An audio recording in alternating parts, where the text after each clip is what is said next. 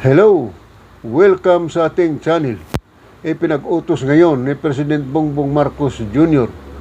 na isailalim sa preventive suspension si Bucor General Bantag matapos napatay sa loob ng kulungan ang itinuturong Middleman. Sa loob din mismo ng kulungan ang pumatay sa broadcaster na si Percy Lapid. Kinikilala ang namatay na Middleman na si Crisanto Villamor, 42 years old. Dahil sa pagkamatay ng nasabing Middleman, nahirapan ngayon ang mga otoridad or investigador sa pagtukoy sa mastermind. Kung kayo po ay bago pa lamang sa ating video channel, ay mangyaring mag-subscribe na po kayo at paki-like and share na lamang po at click po ninyo ang notification bell para tuloy-tuloy po kayo updated sa ating mga bagong video. Panoorin po natin. Yesterday, I received a phone call from Secretary Alam Abalos at before 10:30 a.m. about a witness, Middleman, person detained from liberty, deprived of liberty, a PDL, had died in Bilibid, in Bucor. So immediately, I made calls to inquire about this matter. And the Bucor had a hard time answering the question about the person, Crisanto Palana Villamor Jr. And after a while, I got the name of that's the name given to me by the Philippine National Police about the identity of the person who had died inside Bilibid. Anyway, the press con was conducted on Monday at 10:30 in the morning. I think you're aware of that, no? And it appears, and from the record of the hospital, that at 2 p.m., the person was dead already on the same day. He was rushed to the National Bilibid Hospital, yung hospital ng corrections, and they tried to revive him, but he was dead already. Okay. But nobody knew. Ito lang yung timeline, no? Because October 18 we found out that the gunman had surrendered, and October 19 the PNP through the Chief of Police of Las Piñas of Muntinlupa went to Bilibid to inquire about the identity about this person, about Crisanto Villamor. And the answer of Bilibid was there's no person by that name inside Bilibid. And it appears that the name in the records of Bilibid is this: June Villamor Igloba. June Villamor Igloba, no? Kasi ito yung mga record niya. Ito yung case management record niya. And there's no name of Crisanto Villamor, but he is the person. One and the same person. No? Okay. He was sentenced for frustrated frustrated murder ba ito? Sentensyado siya for attempted murder, and violation of gun ban. Kaya nakakulong siya. So, Garcia. And then, in the case where he was sentenced, his name is June Villamor Igloba. So you have a person who is known by three names. Who was a person of interest in the Percy Lapid killing, who died, and when his record was being verified, it was not immediately verified because the name inside the records of Bilibid was another name. Same family name, but it's a June Villamor, E. Garcia or E. Globa, depending on what record you look at.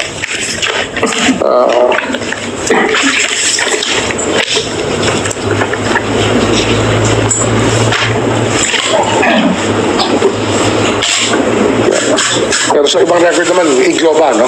But I think his name is really Crisanto Villamor Igloba. Sometimes it's very hard to determine, but we know it's one and the same person. Anyway, the gunman pointed out to two players or two actors in the conspiracy.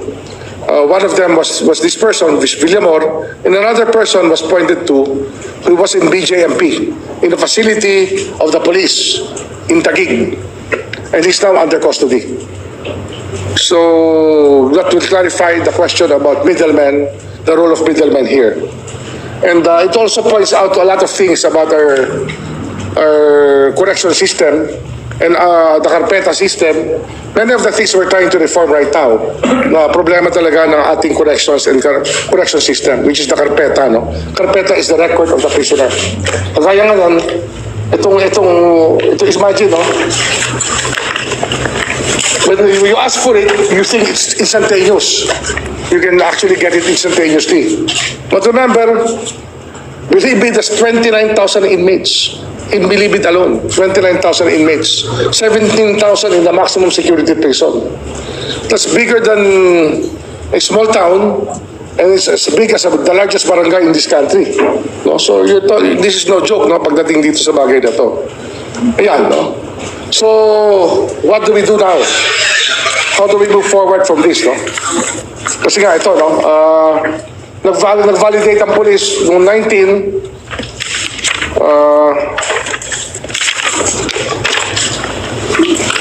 sabi nga, nag-certify pa sila na walang pangalan na ganon sa record ng Bilibid. Kasi nga, dapat makita nyo, wala talagang pangalan na ganon sa loob ng Bilibid. Sinertify yan.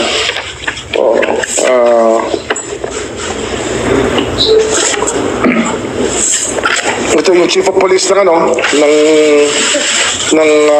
Las Piñas talking to the corrections officer Lim about this matter. And this is a document provided by Lim about the case record of June Villamor. The same name as the deceased. Yung namatay, yun. So ito yung record nila ng namatay, June Villamor. Okay?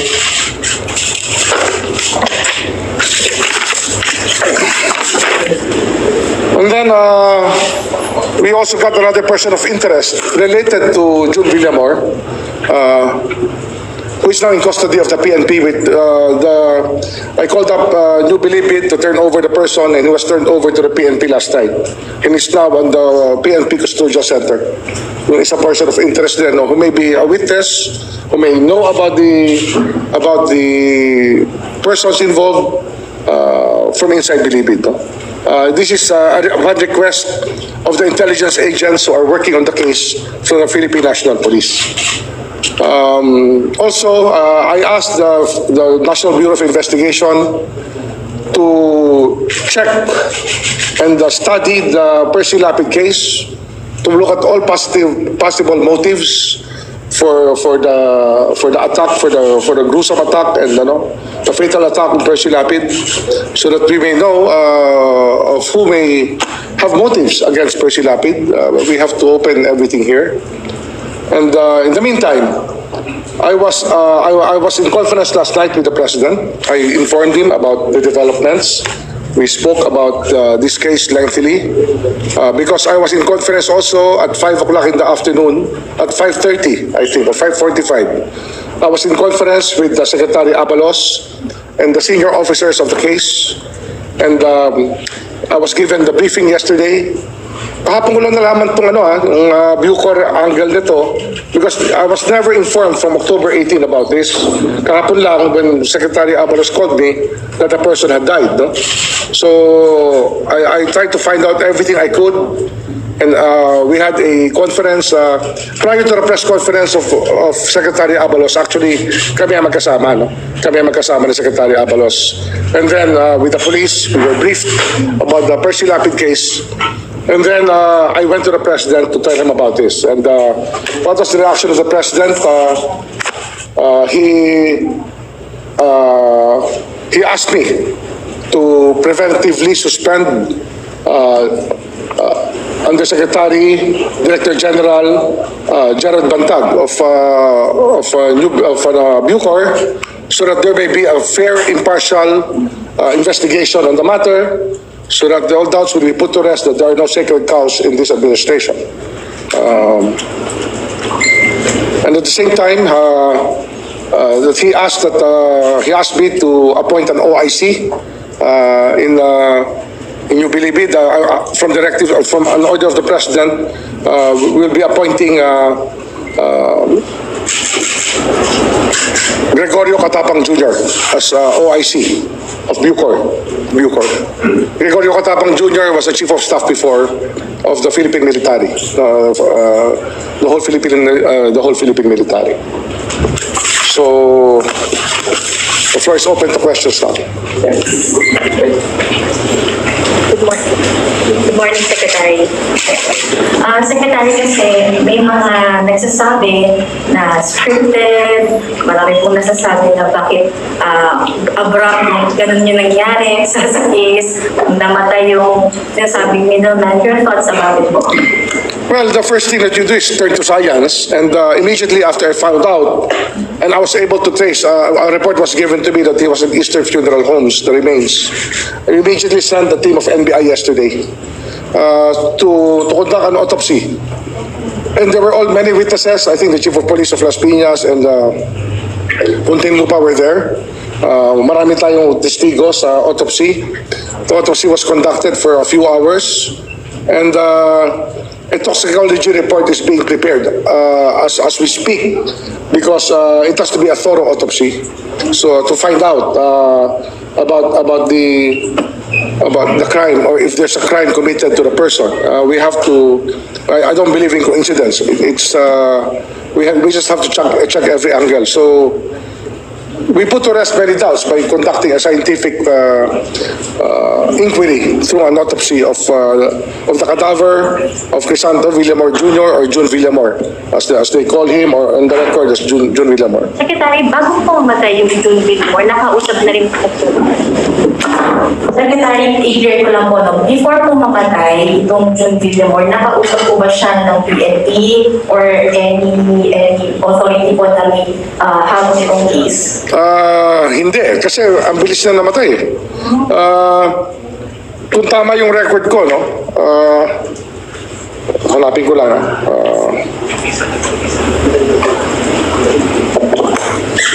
Kung tama ang record ko, 2 o'clock pa lang. Ano na siya? Nandun na siya sa 2 o'clock no, October 18, right after the press con, no? Press con po. 2 o'clock na, press con ni Secretary Abalos.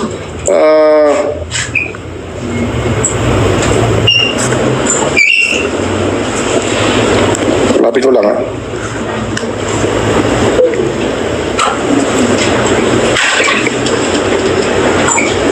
Yan, 2 p.m. nga. 2 p.m.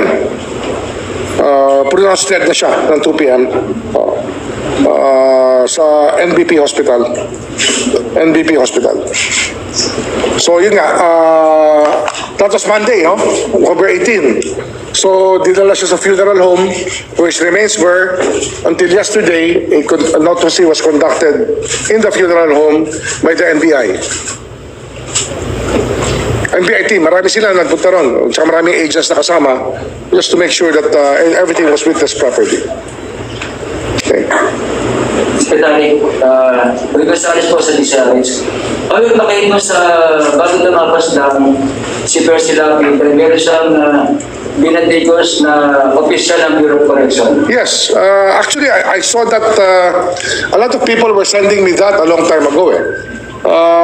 Hindi naman sekreto yung video na yon, no? In fact, marami akong video na nakita na maraming binabanatan, iba-ibang binabanatan. Kaya nga, pinapatignan ko sa NBI yung all possible motives. Kasi hindi lang naman isang binanatan, marami binanatan no?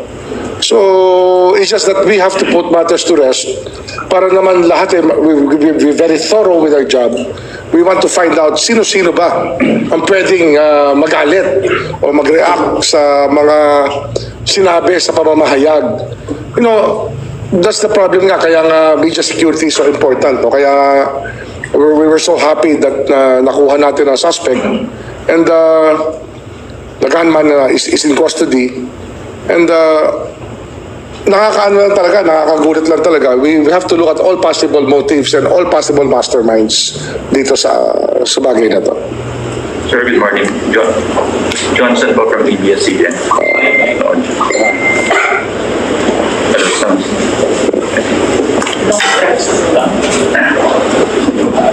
Secretary, good morning. Johnson po from ABS-CBN. Sir, meron ba tayong timeline? Kailan lalabas ang result ng autopsy? We're waiting for the toxicology report to come out, and we will release it as soon as we have a result of the autopsy results, as soon as we have a result of the toxicology report. Secretary, may paliwanag na po ba kasi nung morning kahapon, may interview po sa PNP na secured na si Middleman, and then lumabas yung report na patay na pala siya noong October 18 pa. May paliwanag na po ba ang authorities wrote that? Yung may paliwanag ba ang May paliwanag na po ba doon kung bakit hindi nagtutugma yung sabi ng PNP secured na si Middleman kahapon pero patay na pala siya noong October 18? Dalawa kasi middleman na pinag-uusapan dito, no? May isa pang middleman who came from the BJMP facility in Taguig, no? In Taguig, maybe Camp Bagundiwa, I don't know what camp it is, no? So they have one in custody. They had one in custody already. Ang sa akin lang, sayang, if I was informed that we had to secure somebody inside Bilibid, that could have been done very early. Like last night, they requested me to secure the other possible witness. In 1.5 hours, the person was already with the police. We were able to secure the person immediately. But I was not informed by the police about this. So that's it. No? Coordination is very important, and there was probably a shortcoming there. Hindi kami napag-coordinate. Kasi nga, hindi naman kami ang nag-investigate. No? We're not the ones investigating. And probably in the excitement of things, it was forgotten. Or maybe, ano lang yan, na-forgo lang nila yung coordination na kinakailangan sa bagay na to. Sir, last 2 questions na lang. Yung second middleman na buhay pa, anong special na instructions para masigurong siya ay mananatiling buhay hanggang sa umuusad po yung kaso? He's already in custody of the PNP. He's already in custody of the PNP. Custodial center. So I think that he'll be okay.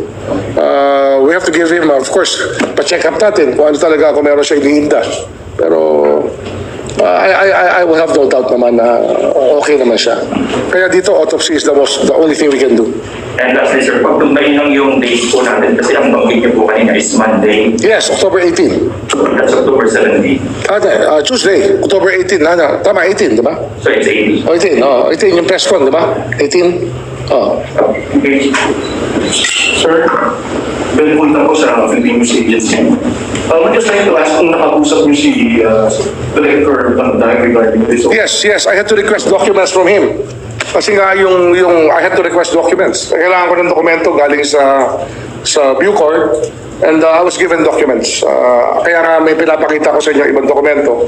Kasi nga mahalaga, ma-determine natin yung records. Very early in the case, we are able to look at, verify the identities of people and look at the official records, so there will be no confusion as to the identities of people.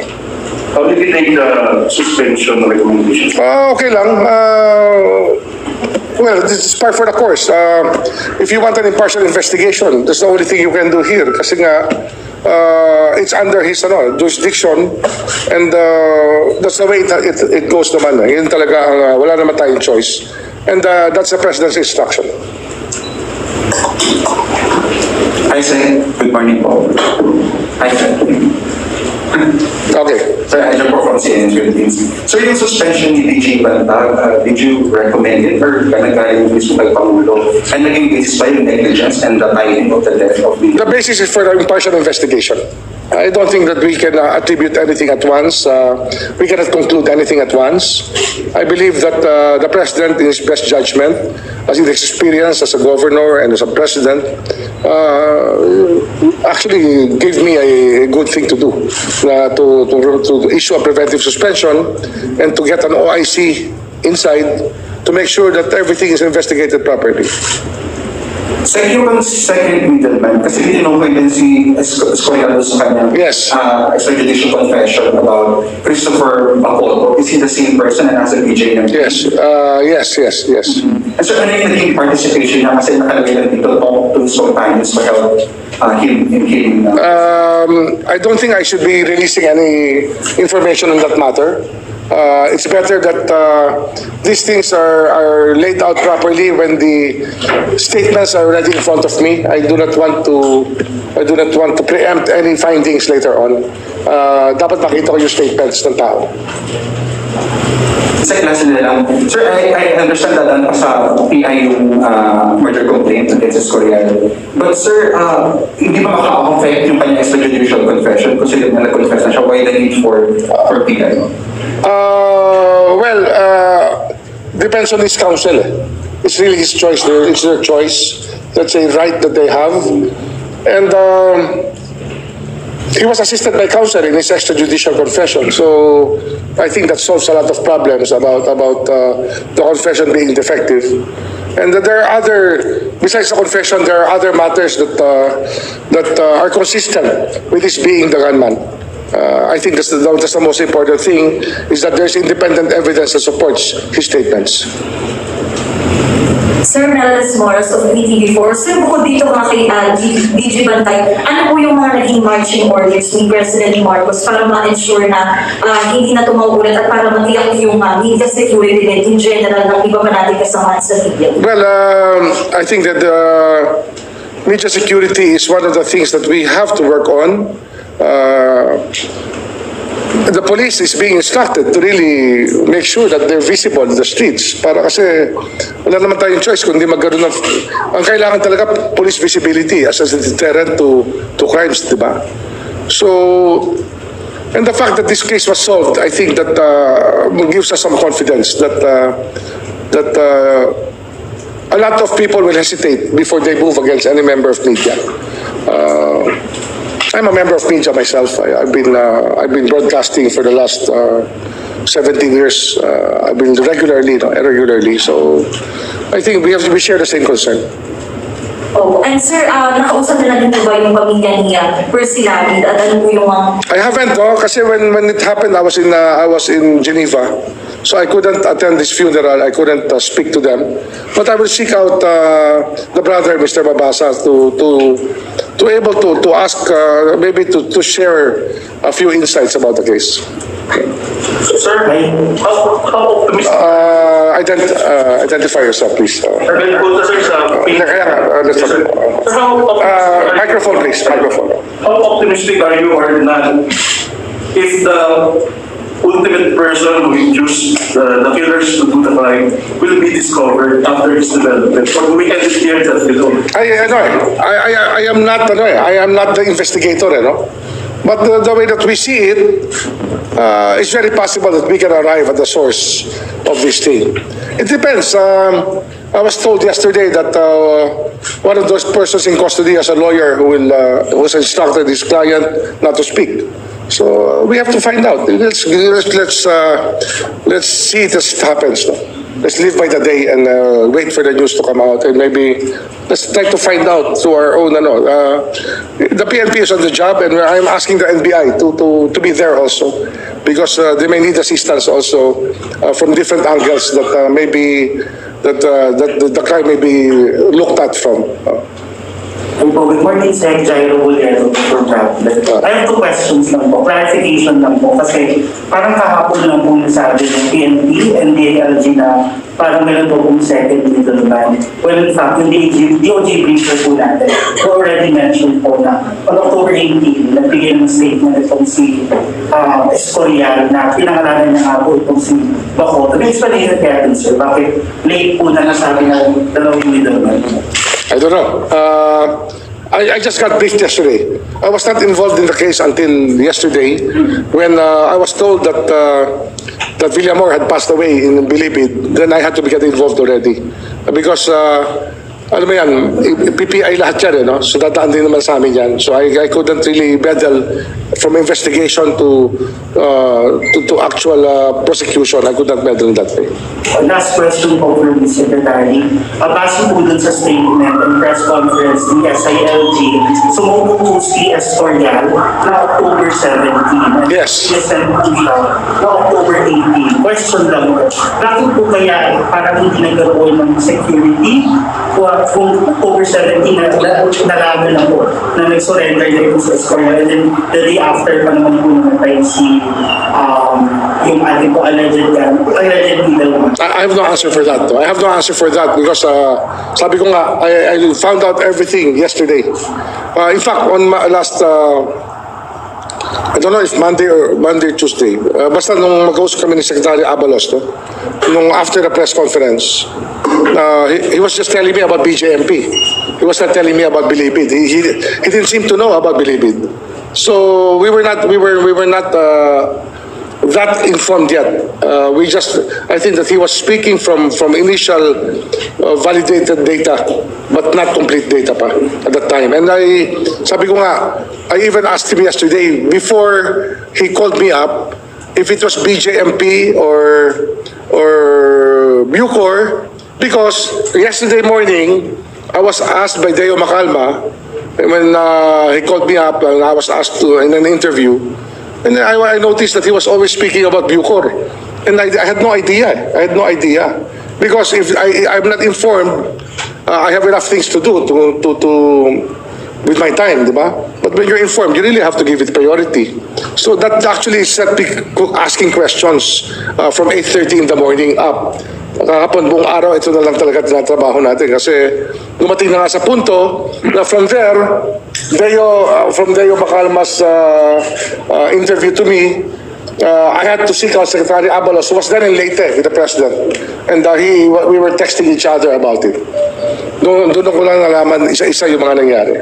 And the validated, the data that I gave you today, most of it came from last night's meeting, late afternoon last night's meeting with the PNP and Secretary Abalos, and of course my subsequent meeting with Director Bantag, DG Bantag, to get the data about the person. Kaya alam ko ang pangalan niya sa record ng Bucor is June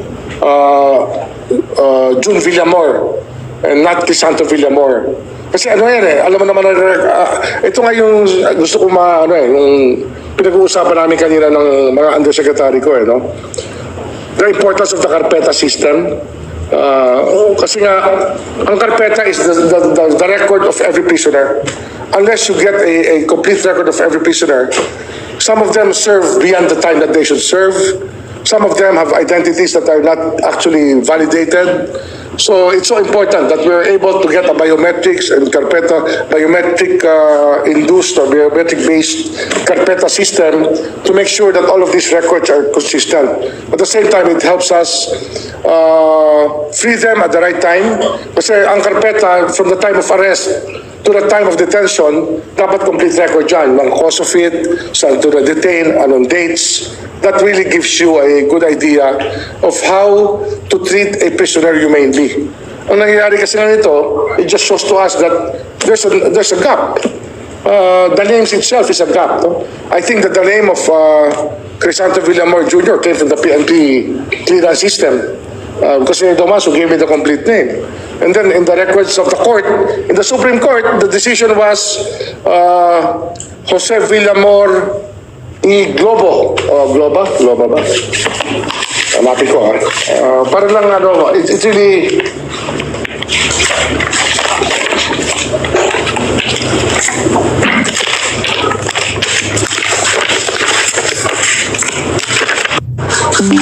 yan. June Villamor, Igloba, Supreme Court case. People versus, June Villamor, Igloba. Diba? Tapos yung pangalan na mabinigay sa amin kahapon, nung hinahanap, ang sabi sa akin ni Director Bantag, hindi niya rin talaga masagot kasi ang record nga nila, June Villamor. Hindi Crisanto Villamor, Igloba. So, yan, ang Supreme Court record mismo. Ito yung decision ng Supreme Court. Diba? Court of Appeals pa ito. Tapos umabot pa ng, I think, from the Court of Appeals, naka-appeal pa yata itong kasong ito But he has 3 cases he has 3 convictions. 3 convictions. Okay, sir, yes, correspondent News. Sir, having said that, paano nga na-certain na si Crisanto and June, sabi mo nga, isang klase lang po. Anong proof natin, scientific na tulad yan, may mga judgment, may mga records, yung Crisanto naman wala? No, we just have to reconcile it. It's really reconciling the records. Yung age niya, yung cases niya, sa record niya sa PNP, tsaka sa record niya sa BJMP, record niya sa Bucor. That's the only way that you can do it. No? Parang tayo yan parang tayo yan. Pag kumuha tayo na clearance sa NBI, we have to make an affidavit that we are one and the same person. Di ba? Nangyayari talaga yun no? Or we are not the person who committed that crime and we are a different person. Yun din We just have to reconcile everything. Yes, sir, reaction lang po. Sabi po ni Roy Pabasa yung kapatid, dapat na po manabot ng Bucor sa pagkamatay po ng Middleman. Ano po masasabi? Well, kaya nga, an investigation, he has been, Director General Bantag has been preventively suspended and for an impartial investigation to take place. Sir, yung OIC natin si General Greg Tatama. Yes, he hasn't assumed office yet. I still have to meet him to give him his designation as officer in charge. Sir, ang pumili ba sa kanya, ikaw or si President? As Presidente, kausap ko kagabi, we agreed that he may be the best person to step in as OIC. Given his maturity, his ability to discern, his experience, he may be a good fit as OIC. Sir, in relation sa pinanungin sa kanina, marami kami mga nababasa at maraming mga puro-puro regarding dito na baka daw ginamitan ng unan or plastic lang kaya namatay doon si Villamor. Ano pong mensahe niyo sa mga nakakaisip? Well, lahat tayo ganun mag-isip Lahat naman tayo, I think we have enough experience, we have enough exposure to criminal schemes, being a persons who are aware through media and through the books that we read that this can happen. These are possibilities that are raised by people, and we have to entertain every possibility that there is. Sir, good morning, sir. Sir, General Michael from Manila Bulletin. Sir, gano'n katagal po magiging preventive suspension kay... Indefinite siya, syempre. Indefinite. We cannot have a definite preventive suspension. It's indefinite. As long as the investigation is there, as long as there are findings, then let's put the matter to rest. Sir, tapos did you get a sense on how did he felt when he was told he was being preventively suspended? His support. Okay naman, wala namang problema. I think he took it well when I told him, face to face. I told him. Yesterday, sir. Kanina, early morning. Secretary, isang question na lang po. Kasi ngayon pinag-usapan natin yung Middleman pa lang Pero paano po yung mastermind? Kayo po ba, personally, meron na rin po ba kayong nalaman or nakuha information po about it? Wala pa. Sabi ko nga sa inyo, I was briefed only yesterday about what the police knows, the different angles that they're looking at. And we have to look at the evidence. We have to look at the evidence as we go on. We have to investigate further into this. Yung pong nasa custody po ng BJNP, meron na rin po ba siyang masabing like personality man lang? Ayaw para magsalita. I cannot speak for him. I haven't talked to him. I have not seen him. But according to the police, he has a lawyer who says that he cannot speak about it. But we'll find out. We'll find out. Hindi po.